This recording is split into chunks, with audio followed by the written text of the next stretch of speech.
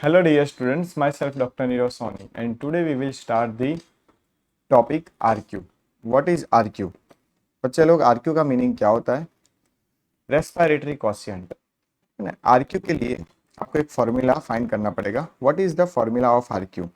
Here you can see here RQ is equal to volume of CO2 evolve. कितना CO2 आप बाहर निकालते हो, इवॉल्व करते हो और कितना O2 आप कंज्यूम करते हो, दिस इज कॉल्ड RQ।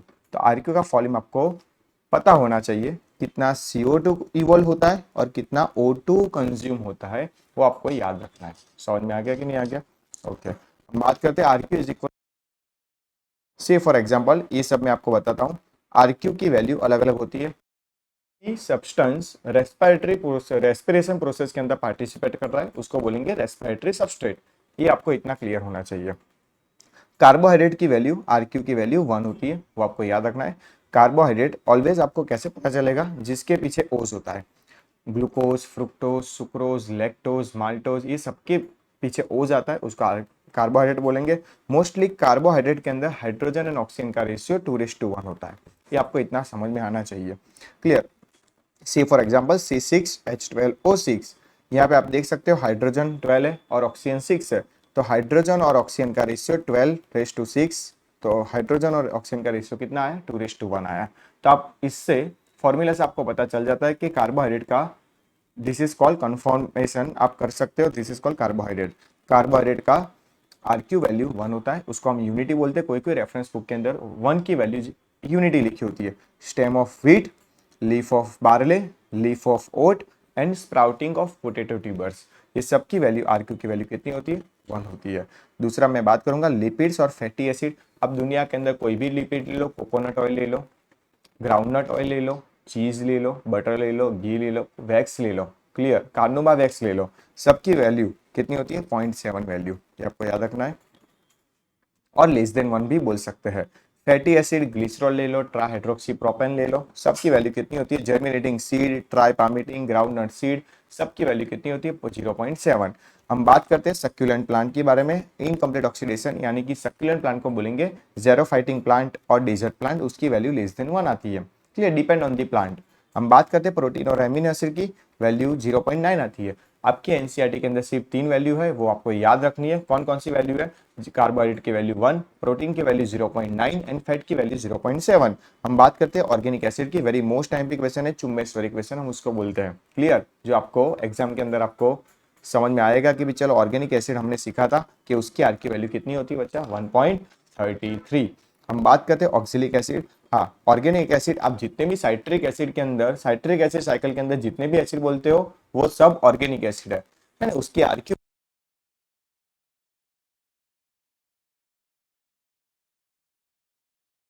यहाँ पे थोड़ा सकता है, बट ऑक्सिलिक एसिड की वैल्यू आपको याद रखनी है 4, याद रखनी है। उसका केमिकल रिएक्शन आपको देखने की कोई जरूरत नहीं, सिर्फ आरक्यू वैल्यू याद रख लो 4 है। मैलिक एसिड की आरक्यू वैल्यू 1.33 होती है। मैच्योरिंग फैटी एसिड की वैल्यू ग्रेटर देन 1 होती है, वो आपको समझ में आना चाहिए। अब मैं बात करता हूँ काम प्लांट। आपने सीखा था आई थिंक 30 नंबर के चैप्टर के अंदर कोई साइकिल सीखी होगी, क्रेस्टुलेशन एसिड मेटाबॉलिज्म। एक्चुअली आपके सिलेबस में नहीं है, याद रखना है। C3 cycle, C4 cycle, C2 cycle भी आपके सिलेबस में है, बट केम साइकिल आपके syllabus. Oxidation acid metabolism, incomplete oxidation like Opuntia, उसकी वैल्यू कितनी होती है? 0 होती है। रेस्पिरेशन यानी कि फर्मेंटेशन की आर की वैल्यू इन्फिनिट होती है। तो आपको इतना समझ में आ गया। कार्बोहाइड्रेट की वैल्यू 1, फैट और फैटी एसिड की वैल्यू 0.7, प्रोटीन की वैल्यू 0.9 एंड ऑर्गेनिक एसिड की वैल्यू 1.3। वाइल एनर्बिक रेस्पिरेशन की वैल्यू इनफाइनाइट होती है। काम पाथवे की, काम और इनकम्प्लीट ऑक्सीडेशन पाथवे की मैं बोलता हूँ 0 होती है। और सक्यूलेंट प्लांट की बात करूं तो उसकी वैल्यू लेस देन 1 होती है। इतना समझ में आ गया? चलो हम बात करते हैं एक एक रिएक्शन को देखते बच्चा। ये आपका कार्बोहाइड्रेट का वैल्यू दिया है, बट इन नीट एग्जामिनेशन आपको वहां पर लिख के नहीं देंगे दिस इज कॉल्ड कार्बोहाइड्रेट। अगर लिख के देते तो आपको समझ में आ जाएगा होगा कि भाई कार्बोहाइड्रेट की वैल्यू तो 1 ही होती है। तो आपको यहाँ पे क्या करना है? पहले रिएक्शन देखना है। वहां पर जहां जहां पर रिएक्शन दिया है वहां पर CO2 सिर्फ O2 की वैल्यू दिखनी है। कितनी CO2 वैल्यू है ये आपको यहाँ पे समझ में आया? 6। और OT की वैल्यू क्या थी? 6। तो 6/6 कितनी हुई? 1। तो आपको समझ में आ गया कि यूनिटी वैल्यू आ रही है। यूनिटी वैल्यू ऑलवेज किसकी होती है? सिर्फ कार्बोहाइड्रेट की होती है। इतना समझ में आ गया। हम बात करते हैं, ये आपके सिलेबस में है, आपके एनसीईआरटी में के ऊपर चैप्टर के एंड के अंदर रेस्पिरेटरी क्वेश्चन के टॉपिक राइट पे। आपको समझ में कैसे आएगा स्टूडेंट? हाइड्रोजन इन दोनों के अंदर ऑक्सीजन है, समझ में कैसे आएगा? तो आप बोलोगे सर जिसके अंदर कार्बन वैल्यू ज्यादा होती है, मोर देन 10 में बोलूंगा, तो उसको हम फैटी बोलते हैं। क्लियर? से फॉर एग्जाम्पल कोई कोई एक्सेप्शनल केसेस हो सकते हैं, ब्यूटेरिक एसिड। क्लियर? याद रखनी है, फैट के अंदर आपको हाइड्रोजन और ऑक्सीजन का रेशियो 2:1 नहीं मिलेगा, तो डेफिनेटली आपको कंसीडर करेगा करना है क्या? फैट है। अगर एमिनो एसिड दिया तो पीछे एन लिखा ही होगा, और प्रोटीन दिया है तो पीछे एन लिखा ही होगा। तो आपको ये देखने के बाद समझ में आ गया होगा कि सर बात करते हैं फैट और ट्राइपामिटिन की, बात करते हैं फैट की, बात करते हैं C51NO6। वहां पर लिखा है 145O2। आपको मैंने बोला था सिर्फ किसकी चीज याद रखनी है? CO2/O2। CO2 कितना दिया है? 102। और O2 कितना दिया है? 145। तो आपका आंसर कितना होगा? 0.7। अब मैं बात करता हूँ ऑर्गेनिक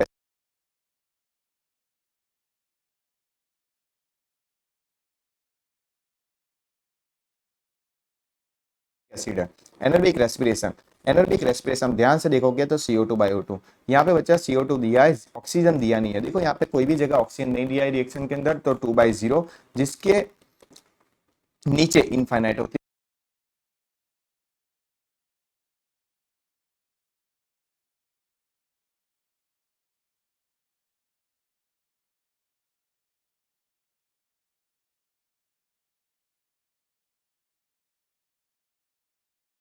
ऑर्गेनिज्म के अंदर साइटोप्लाज्म तो होता ही है, तो साइटोप्लाज्म के अंदर एक ही साइकिल चलती है, उसका नाम है ग्लाइकोलिसिस। समझ में आ गया? अब बात करते हैं, ध्यान से देखो, कार्बोहाइड्रेट की वैल्यू कितनी होती है? कार्बोहाइड्रेट की वैल्यू 1, फैट की वैल्यू होती है 0.7, प्रोटीन की वैल्यू होती है 0.83, अप्रोक्सीमेटली 0.9, ऑर्गेनिक एसिड की वैल्यू होती है 1.33। हम बात करते हैं एमसीक्यू आपके लिए लेके आए हो, अब ध्यान से देखना एमसीक्यू को। RQ is greater than 1 in case of which one? Greater than 1 is called organic acid 1.33। समझ में आया? फर्स्ट एमसीक्यू आपके लिए इजी है। सेकंड एमसीक्यू ध्यान से देखना, कई कई बार ऐसे क्वेश्चन भी पूछ सकते हैं। What is the value of RQ? RQ can be defined as volume of CO2 evolve upon volume of oxygen. देखो यहाँ पे इवॉल्व CO2 लिखा है और ऑक्सीजन कंज्यूम लिखा है, बट वहां पर इक्वल लिखा है। मैंने क्या बोला था? बटे हुए हैं, याद रखना है। तो डिवीजन आपको यहाँ पे सिंबल याद रखना है। बताता हूँ, देखो what is the RQ value of this one? तो आपको नाम ही नहीं पता है उसका नाम क्या है। मैंने बोला जिसके अंदर कार्बन की वैल्यू ज्यादा होगी उसको हम क्या बोलेंगे? फैटी एसिड और फैट। तो हम बात करेंगे बच्चा, ये वैल्यू जो दिया है अप्रोक्सीमेटली 0.7 होनी चाहिए, प्रोटीन की वैल्यू 0.9 होनी चाहिए। एनर्बिक रेस्पिरेशन की आर की वैल्यू मुझे आपको कमेंट सेक्शन के अंदर बतानी है। और आपने मेरी चैनल को सब्सक्राइब नहीं किया है तो मेरी चैनल को सब्सक्राइब कर दो। आपको हर वीक कोई ना कोई लेक्चर अपडेट आपको जरूर मिलेगा। और आपको कोई भी टॉपिक की रिक्वायरमेंट है तो आपको मुझे कमेंट के अंदर बतानी है। आपको मुझे बताना है what is the RQ value of the mixer can be when equal quantity of groundnut seed and germinating मेज। अगर सीड की बात की है तो आपको समझ में आना है फैट की बात की है। अब देखोगे मैंने बोला है कि seed seed seed germinating seed, तो फैट की बात की है तो उसकी आर की वैल्यू कितनी आनी चाहिए? 0.7। तो हम बोल सकते हैं less than 1। Okay, the respiratory quotient is a succulent plant is always less than 1 because what is the reason behind this? succulent plant के अंदर कौन सा पाथवे चलता है? succulent plant के अंदर बच्चा चलता है इनकम्प्लीट ऑक्सीडेशन। हम बात करेंगे incomplete oxidation. what is the respiratory quotient of germinating seed? less than 1, less than 1। यहाँ पे ग्रेटर देन 1 दिया है तो ये ऑप्शन को निकाल देंगे, जीरो तो होता ही नहीं है। लेस देन 1 यानी कि 0.7। हम बात करेंगे कार्बोहाइड्रेट का रेस्पिरेटरी क्वेश्चन कितना होता है? यूनिटी बोलेंगे, अदरवाइज इज इक्वल टू 1 बोलेंगे। Option D should be right over here. जबरदस्त क्वेश्चन है। अरेंजमेंट द सीक्वेंस RPMT 1997 का क्वेश्चन है। ग्लूकोज, फैट, ऑर्गेनिक एसिड, आपको यहाँ पे क्या करनी पड़ेगी? वैल्यू अरेंज करनी पड़ेगी। ग्लूकोज 1 है, फैट की वैल्यू 0.7 है एंड ऑर्गेनिक एसिड की 1.33 है। तो 1 ज्यादा शो कर रहा है, that's why arrangement is wrong over here, glucose का सिंबल 1 है, लेस देन 0.7, ग्रेड 1.33। तो ए भी सही नहीं बता रहा है। अरेंजमेंट है, अब देखो वैल्यू कम ज़्यादा हो रही है, वैल्यू 1 है, फैट की वैल्यू 0.7 है, ग्रेटर देन 1 है, 1.33 है। तो 0.7 की वैल्यू ज़्यादा नहीं होती है, तो डायरेक्टली आपको टिक मार्क करना है। ऊपर के 3 ऑप्शन यहाँ पे रॉन्ग होते हैं, दैट्स वाई हम डायरेक्टली टिक मार्क कर देते क्या कि option D should be right over here 0.7, 1 और 1.33। बात करते हैं बाकी के लेक्चर के लिए। आप मेरी चैनल को सब्सक्राइब कर लो। अगर आपको कोई भी टॉपिक की रिक्वायरमेंट है तो मुझे कमेंट सेक्शन के अंदर मुझे बताना है। तब तक के लिए good bye, take care student, we will meet you soon on my YouTube channel. Thank you students, your support from for growing my YouTube channel.